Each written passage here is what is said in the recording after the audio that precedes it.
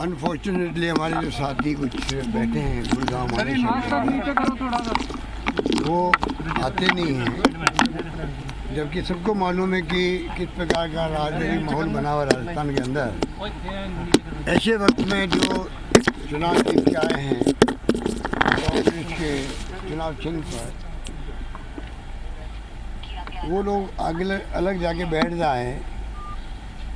अगर कोई नाराज़गी है तो AICC में जाके बैठते, अखिल भारतीय कांग्रेस कमेटी 24 अक्टूबर रोड पता है, PCC में आके बात करते। और इतने दिनों से वो वहाँ बैठे हुए अलग होकर के, अब भी मैं चाहूँगा उनको आना चाहिए मीटिंगों के अंदर। अब तो असेंबली बुला ली हम लोगों ने। अगर वो कांग्रेस के चुनाव चिन्ह में जीत के गए हैं तो पहली ड्यूटी है कि सरकार के साथ में खड़े दिखे वो पब्लिक को भी।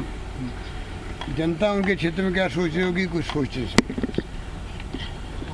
उनका एहसास अभी उनको है नहीं, तो जाएंगे तो मालूम पड़ेगा। आप सरकार को सरकार के माध्यम से काम करने के बजाय आप वहाँ जाके क्यों बैठे हैं, और वो बीजेपी की गोद में क्यों खेल रहे हैं। पूरी तरह बीजेपी की जो तैयारी है, बीजेपी ने वहाँ पर इंतजाम किए हुए हैं, उन्हीं की पुलिस है, उन्हीं के घेरे में बंद है। वहाँ पर तो आना चाहे तो नहीं आ सकता है, ऐसा संदेश आ रहे हैं। हमें तो मालूम पड़ नहीं रहा है, क्योंकि SOG जाती है वहाँ। जिन लोगों के खिलाफ केस बने हैं SOG के अंदर, ACP के अंदर, उनको अलाउ नहीं वहाँ पर। उनको हम क्या कहेंगे, फिर कहते हैं हम कांग्रेसी हैं। कैसे कांग्रेसी हुए? तो ये स्थिति है सबके सामने। पूरा प्रदेश देख रहा है, पूरा देश देख रहा है। पूरा खेल बीजेपी का है, ये पूरा खेल बीजेपी का है। और बीजेपी जो है उनको जनता माफ़ नहीं करेगी। 2 चुनाव जीत के भारी बहुमत से, कोई दो राय नहीं। और मोदी जी ने थाली बजवाई, मोमबत्ती लगवाई, सब कुछ किया। लोगों ने उनकी बात का ध्यान भी दिया। ये बहुत बड़ी बात है कि प्रधानमंत्री कहने से पूरे मुल्क के लोग बात को फॉलो करें। तो आज जिस प्रकार से केंद्र सरकार में बैठे हुए मंत्री लोग उनके षड्यंत्र कर रहे हैं। एक नाम तो सामने आ ही गया, मिस्टर शेखावत का, जो ऑडियो आया बिल्कुल सबको मालूम है कि किसका ऑडियो है। अभी तक उसका इस्तीफा नहीं हुआ है। उनके ऊपर जो एक संगीन केस कोर्ट ने भी मान लिया, जांच शुरू हो गई SOG के अंदर, कोई कार्रवाई नहीं हुई है। आवाज की जरूरत है। कांग्रेस के वक्त पे तो रेल मंत्री का इस्तीफा हो जाता है, कानून मंत्री का इस्तीफा हो जाता है, मुख्यमंत्री का इस्तीफा हो जाते हैं।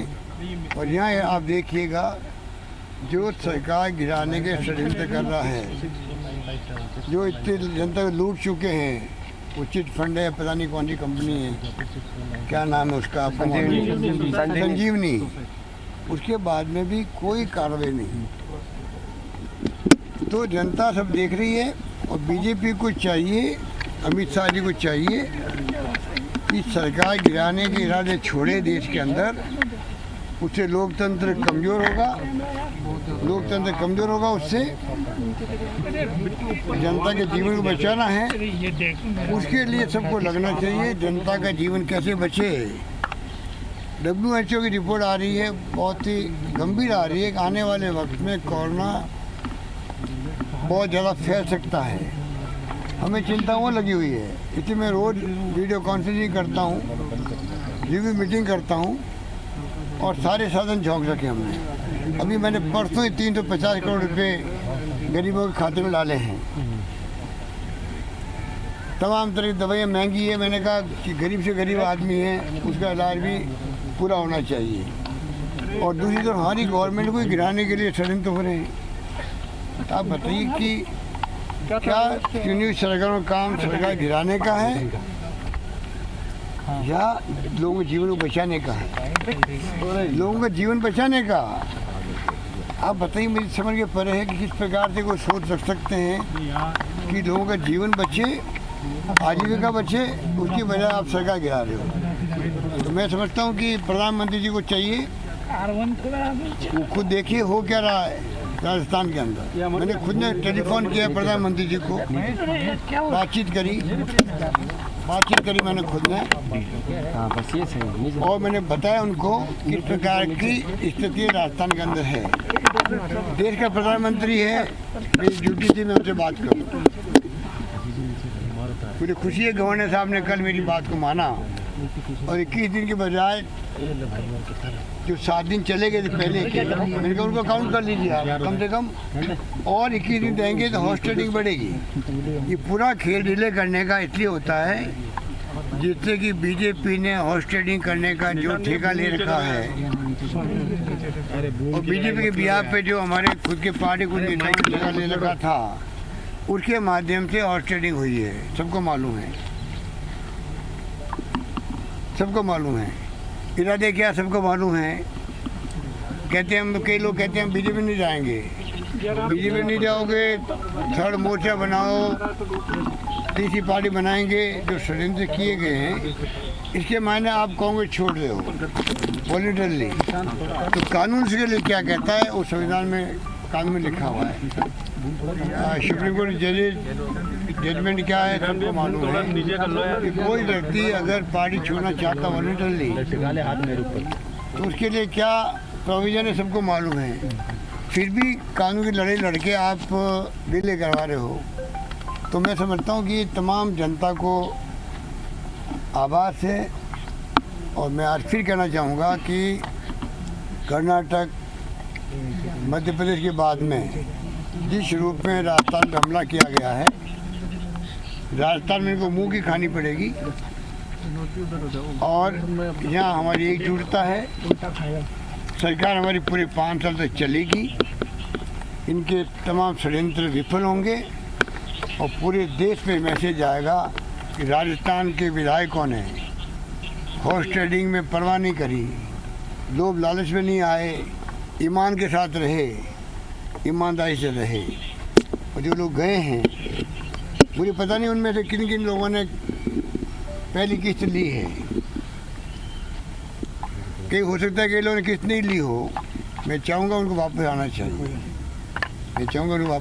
नंबर 2, कल रात से जैसे ही 14 तारीख की तारीख आई है असेंबली की, उसी वक्त से जो पहले वो पहली किस्त 10, दूसरी किस्त 15 की थी, अब आपको जान के आश्चर्य होगा अब अनलिमिटेड हो गई है। अब पूछा जा रहा है अब आप बताओ क्या चाहिए आप। इसका मतलब 25 से जो है हॉर्स ट्रेडिंग की रेट और बढ़ गई है। मॉनिटरिंग कौन कर रहा है देश के अंदर, सबको मालूम है। इसलिए आज बताइए, देश का दुर्भाग्य देखिए आप, 2 बार इस देश की जनता ने लगातार पंडित नेहरू के बाद में नरेंद्र मोदी जी को प्रधानमंत्री चुना है, और इस देश के अंदर लोकतंत्र की जो धज्जियां उड़ाई है, चुनी सरकारों को जो तोड़ रहे हैं, मैं समझता हूँ कि जनता इनको माफ़ नहीं करेगी। और कोरोना की महामारी भयंकर है, जो लोग मर रहे हैं सबको मालूम है, उसके बावजूद भी लोग परवाह नहीं कर रहे हैं। इनको सरकारें गिराओ, कांग्रेस मुक्त भारत बनाओ, ये चिंता है, बजाय कि किसी के जीवन बचाने की। दुकानें बंद पड़ी रही, व्यापार ठंडे बंद पड़े रहे, उद्योग धंधे बंद हो गए थे, और तो और लॉकडाउन में क्या हो, और वापस गाड़ी पट्टी बनाने की हम कोशिश कर रहे हैं जिससे कि आजीविका चले लोगों की, इनको कोई परवाह नहीं। तो हमारी सरकार लगातार कोरोना पे ध्यान दे रही है। माननीय राज्यपाल महोदय लगातार कोरोना की बात करते हैं। अभी उन्होंने, मुझे अच्छा लगा, उन्होंने मैसेज दिया कि राजस्थान सरकार बहुत शानदार काम कर रही प्रबंधन का कोरोना को लेकर के। बाकी जो हमारे जो भी गवर्नेंस है उसमें हमारे मंत्री लोग जाके बैठे सचिवालय में, मजबूरी में हमारे एमएलए यहाँ बैठे हुए हैं। और मैं उम्मीद करता हूँ कि भगवान इनको सद्बुद्धि दे कि कोरोना की जंग को लड़ने में राज्य सरकारें केंद्र मिलकर लड़ाई लड़े, पक्ष विपक्ष सब मिलकर लड़े। जैसे मैंने राजस्थान परंपरा कायम की है, बीजेपी, कांग्रेस, सीपीएम, सीपीआई, कोई पार्टी हो, बीपीटी, सब मिलकर के कॉर्नर की लड़ाई लड़ रहे थे हम लोग, सबको मैंने साथ लिया था। वही भावना के साथ में पूरे मुल्क में ये लड़ी लड़ी जानी चाहिए कोरोना के खिलाफ में, तब जाके हम विजय प्राप्त करेंगे कोरोना की जंग से। ये जो हालात बना रखे हैं बीजेपी ने, बीजेपी को जनता माफ़ नहीं करेगी। और जितने बयानबाजी कर रही राजस्थान के नेता लोग, ये छिप छिप के जाते दिल्ली। इनको पूछो जब आप षड्यंत्र में शामिल नहीं हो तो आपको छिपके जाने की जरूरत क्या है दिल्ली के अंदर? आप कोई दिल्ली आना कोई बुरा तो है नहीं, आप जाओ हाईकमांड से मिलो, वापस आओ, क्या दिक्कत है आपको? पर ये सब नेता छिपके जाते हैं, छिपके आते हैं, रात को जाते हैं, सुबह आके कहते हैं हम तो यहीं थे। झूठ बोलने की क्या आवश्यकता है? तो इसलिए हम इनको पूरा एक्सपोज करके रहेंगे, हम भी छोड़ने वाले नहीं इनको। हम चाहेंगे कि जनता के सामने एक्सपोज हो, पूरे प्रदेश में, पूरे देश के अंदर जो लड़ाई डेमोक्रेसी को लेकर शुरू हुई है। AICC ने जो अभी स्पीक ऑफ डेमोक्रेसी की बात की गई, सिविल डेमोक्रेसी की बात की गई है, 10 करोड़ लोगों ने साथ दिया उसका, 10 करोड़ लोगों ने साथ दिया। राजभवन पे बाहर धरने लगे पूरे देश के अंदर, एक्स्ट्रा ऑर्डिनरी रिस्पॉन्स मिले लोगों को मिला है। आम जनता जुड़ रही है धरनों के अंदर, तो समझ गई है कि कोरोना की जंग के बजाय ये लोग सरकार को तोड़ने में लगे हैं। और रेट बढ़ा दी इन्होंने अपनी, हॉर्स ट्रेडिंग रेट बढ़ चुकी है राजस्थान के अंदर। कितने दे रहे हैं सर? वो महंगा दाम है, वो आपको पूछ रहे हैं, आप क्या चाहते हो? सर आप क्या चाहते हो? आपने माफ करने के लिए तैयार और है? कल रात से ही जैसे ही गवर्नर साहब ने 14 तारीख डिक्लेयर करी, इधर मीडिया ने चलाया होगा, उधर टेलीफोन आने लग गए लोगों के पास। सर माफ, और वापस खबर हमारे पास आती है, वो खबर वापस आती है कि कौन फ़ोन कर रहा है, क्या ऑफर कर रहे हैं, उनको पूछ रहे बेहतर बता दीजिए आपको क्या चाहिए। पुराने रेट छोड़िए, नई रेट लाइए। 35 से 50 हो गए क्या सर? 35 से 50 कर दिए क्या? आने वाले जाने वाले मैं बात करता ही नहीं हूँ। फ्लोर टेस्ट होगा, अगर हम जाएंगे असेंबली के अंदर, जो बिजनेस एडवाइजरी कमेटी तय करती बिजनेस को, वहाँ फ्लोर टेस्ट होना है, कोरोना की बात करनी है, या हमें आर्थिक स्थिति जो स्थिति बनी है देश के अंदर, प्रदेश के अंदर कोरोना के लॉकडाउन के बाद, उस पर बात करनी है। तमाम बातें हम लोग करेंगे। सर माफ करने की प्रवृत्ति आपकी रही है, तो क्या गुंजाइश बची है कि बार बार ये बात आ रही 14 है? तारीख तक विधायक यहीं रहेंगे? ये तो बात हम कह चुके हैं कि अगर वो जाते हैं AICC के अंदर शिकायत करने के लिए, जाना चाहिए तमाम। वहाँ जो हरियाणा के अंदर बैठे उनकी बजाय जाना चाहिए इनको AICC के अंदर जाना चाहिए। अगर मुख्यमंत्री की शिकायत है तो जाके वहाँ शिकायत कराए कमांड को, कोई दिक्कत नहीं है। भाई खुला, मैं समझता हूँ कि जो रूप लिया उन्होंने, उससे पता नहीं वो चाहते क्या है। कांग्रेस के अंदर तो जैसे कोई वॉलंटियर मेंबरशिप छोड़ रहा हो, उस ढंग का माहौल उन्होंने बनाया है, और उसके लिए संविधान और सुप्रीम कोर्ट परमिट नहीं करता किसी को।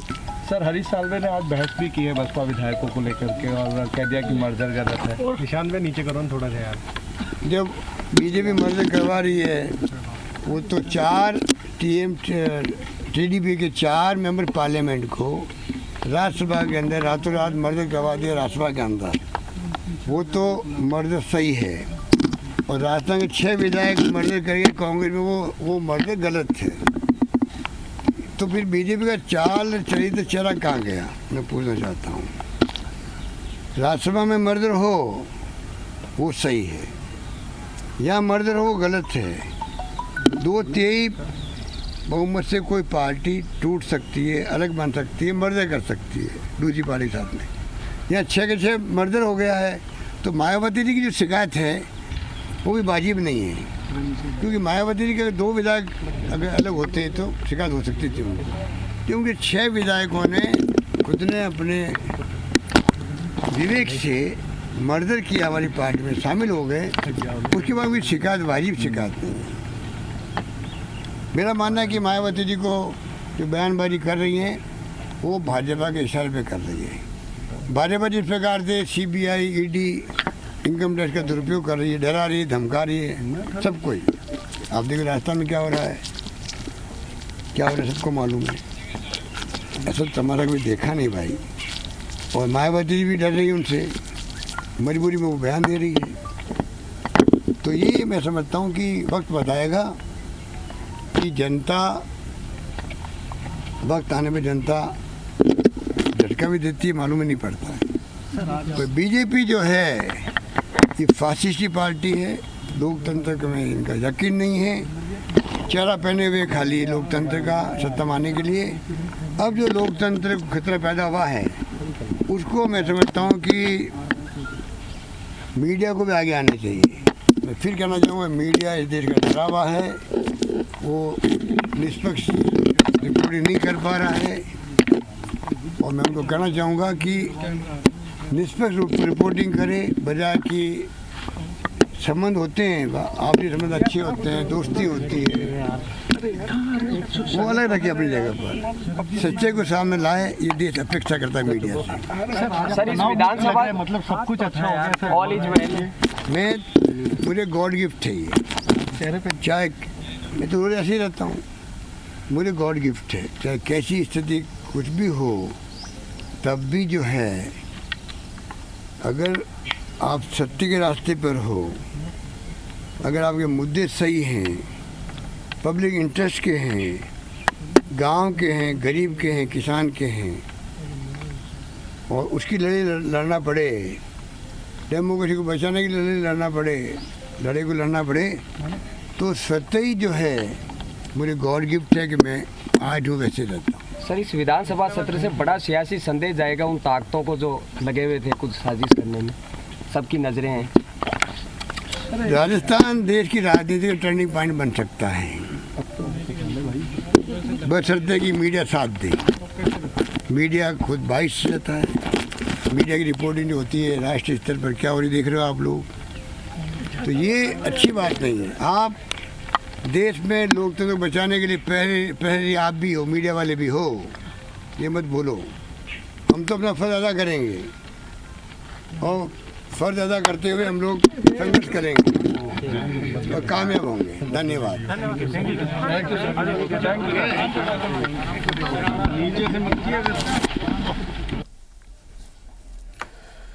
तो मुख्यमंत्री अशोक गहलोत ने कई बातों को लेकर भारतीय जनता पार्टी और सचिन पायलट खेमे पर हमला बोला है। राज्यसभा में मर्जर हो सकता है, लेकिन यहां पर